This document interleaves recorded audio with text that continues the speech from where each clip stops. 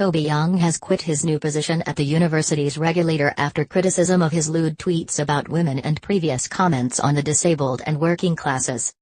The new Tory students' czar said his appointment on the board of the Office for Students had become a distraction, and he blamed social media users for creating a caricature of him that he didn't recognize. Outrage had greeted the news of Mr. Young's new role after revelations he posted a series of tweets about women's knockers and joked about performing a solo sex act to images of starving African kids. "My appointment has become a distraction from its vital work of broadening access to higher education and defending academic freedom," Mr. Young wrote in a Spectator blog published this morning. "Education is my passion, and I want now to be able to get on with the work I have been doing to promote and support the free schools movement." He continued, "The caricature drawn of me in the last 7 days, particularly on social media, has been unrecognizable to anyone who knows me. I am a passionate supporter of inclusion and helping the most disadvantaged, as I hope my track record of setting up and supporting new schools demonstrates." He also thanked the Prime Minister for standing by me and drawing a distinction between my earlier life and my subsequent record in education. Dawn Butler MP, Labour's Shadow Minister for Women and Equalities, responding to Toby Young's resignation, said, "The saga has further exposed Theresa May's total lack of judgment in appointing him and her weakness in refusing to sack him. She should have removed him from his post, not personally backed him at the weekend and sent a minister out to defend him in Parliament yesterday." Mr. Young, who was appointed to the board on January 1, admitted some of the unearthed tweets were ill-judged or just plain wrong.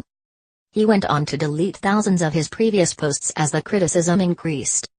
Universities Minister Joe Johnson was hauled in front of MPs for 45 minutes to explain why the free schools pioneer and right-wing journalist should keep his £459 a day role with the regulator. Theresa May condemned him after he was accused of posting a sexual joke about starving children, but refused to sack him. The alleged tweet by Toby Young was the latest in a litany of outrageous and sexist posts that were uncovered after he joined the Office for Students board. Yet yesterday the Prime Minister praised his good work setting up free schools, and said he'll be given another chance. "Frankly, I'm not at all impressed by those comments," she told the BBC's Andrew Marr show. But she said, "He's now in public office. As far as I'm concerned, if he was to continue to use that sort of language and talk in that sort of way, he would no longer be in public office." Yesterday Conservative Rob Haven, a former skills minister who chairs the Commons Education Committee, said the appointment had gone badly wrong. Citing some quite dark articles Mr. Young wrote where he talks about the disabled, the working classes, and progressive eugenics, he added, "I find this incredibly dark and very dangerous stuff." Mr. Johnson admitted some of Mr. Young's tweets and remarks were obnoxious, wrong, repellent, offensive, foolish and objectionable.